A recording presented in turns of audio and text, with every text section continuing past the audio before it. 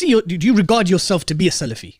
Whatever this may mean to many people, it means many things to many people. No, it means many things to many people. So if we're talking about someone who follows the Salaf and they're pristine and goes back to the Sahaba, then this is Sunni Islam. This is not only Sunni Islam. This is Islam. Yeah. And so of course I subscribe to this. But if you're talking about a group of the people, movement, the Salafi movement. What does that mean? The Salafi movement is something which is intrinsically and undeniably linked to, first and foremost, the Saudi state. Okay, fine. Then no. It's religious, it's clerics, Yeah. and a version of Islam. Whether it is some would call it, unfortunately, some would call it a perversion, some would call it a distortion, some would say progression to Athari Hanbali way of thinking.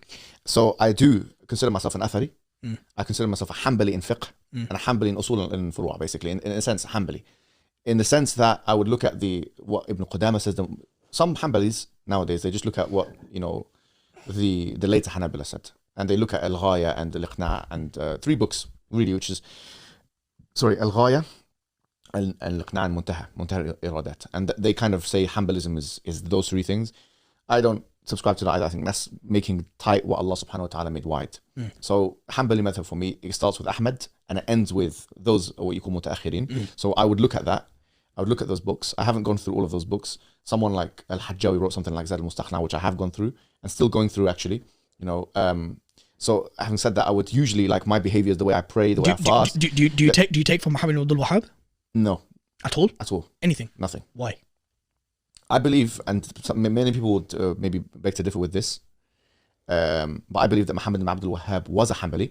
I believe he was a Hanbali, but he wasn't a marja in the Hanbali madhab. Which means 5 years. He wasn't a reference. Simple as that. He's not a reference. He's not even seen as a scholar of the madhab. He's not seen as authoritative in the least. So there's no need for me to go to his fatwa on fiqh masail, especially. What about creedal matters? No, there's no need for that. He's not an expert logician or an expert. I would prefer to see the works of Ibn Taymiyyah. If you wanted to see what the Atharis have to say on something, you go to Ibn Taymiyyah. Especially if you're dealing with philosophical matters. And you might, quite frankly, I don't even agree with Ibn Taymiyyah on everything. There's some things which, when you go into detail, you realize that's Ibn Taymiyyah's opinion. It doesn't go back to the Salaf.